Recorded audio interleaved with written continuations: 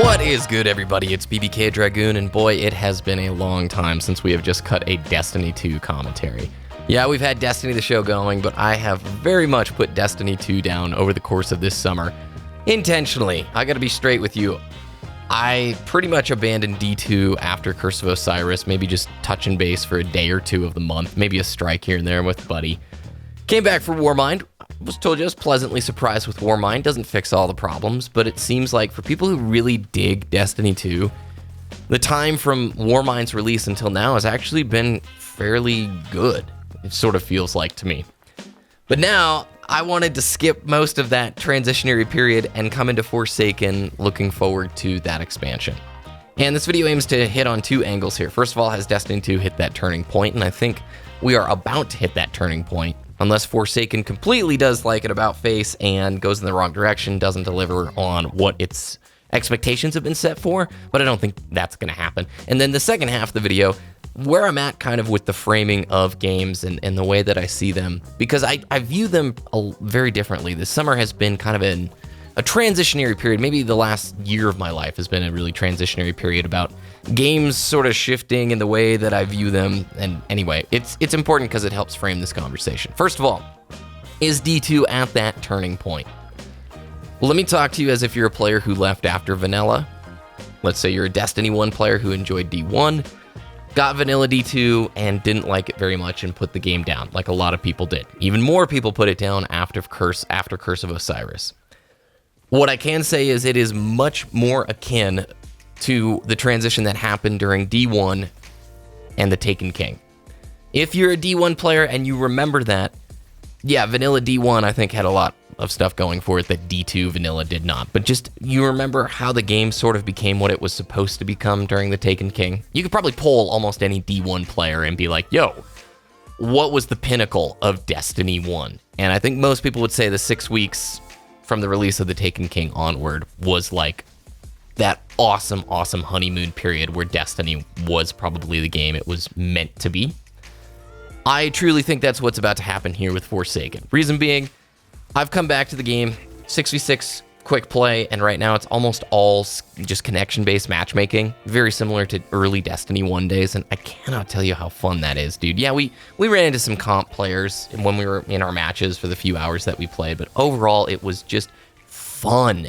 And 6v6 reminds me so much more of the fun that this game is meant to be. I'm not a comp sweaty kind of guy, and I don't really want to go into that experience every single match over and over again.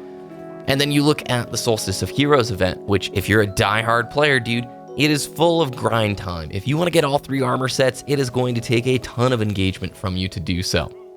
And you can look and you see these parallels and overlaps to what happened with Destiny 1, where over time they started figuring out how to create better investment loops, make it more of a hobby. I know they like to use that word a lot, but just made the game feel more like the intended product that it was supposed to be. So with all that said, yeah, I think we have hit that turning point for Destiny 2.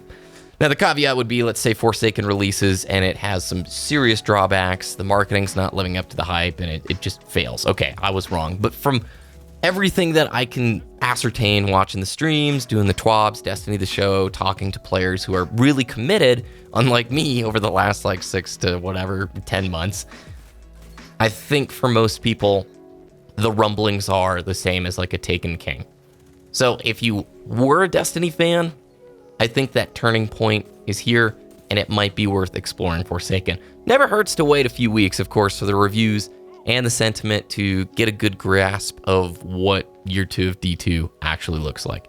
Annual pass, save your money, don't spend a dime there until we actually have concrete details about what the heck that is going to deliver, because just paying for some mystical set of promises that nobody's seen before, that's always bad practice. So hold on to that money, keep it in your wallet for now. So the second point in this video I wanted to talk about is the last 6 to 10 months, my real life job has become much more demanding, much more challenging, and way more stressful. It just takes a lot more time from me. You know, I YouTube on the side as a hobby. The upload schedule has gotten a little bit slower, as I'm sure you can tell the last whatever. And as a result, I've played very little games the last 6 to 10 months. Been shifting my focus to spending time on games purely as a form to relax and decompress from real work and to spend time with friends. And that has absolutely transformed the way that I kind of view and experience and just enjoy these things that are like a hobby. Instead of being somebody who's like, let's say you're a diehard player, you're super emotionally attached to the game, and every single day is a frustration about this developer choice or this design decision. And why is this gun so strong? Why is this design like? It's really easy to work yourself into an very angry feedback loop where instead of the game being fun and enjoyable, it's a constant source of agitation. And I'm telling you, if you're at that point, dude, it's really time for a recalibration if possible. There's nothing wrong with being super emotionally involved with the game as long as you're constructively critical. Every game needs like a hardcore player base to give it that super good feedback and advice. But for me, games right now are a way for me to talk and hang out with my best friend who now lives way, way far away, and we don't get to hang out very much. But still, I can find an excuse to connect with him and talk pretty regularly. I can hang out with Sassy, who's on the other side of the world in Australia, one of like a really good friend I've had for a long time. And it's because of the hobby that is the connecting point, the game, right?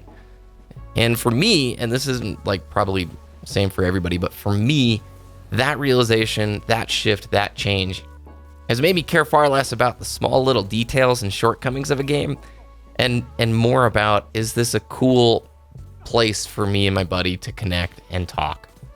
Anyway, that's my 2 cents. I'd love to know what you guys think coming into Forsaken. Drop some comments down below.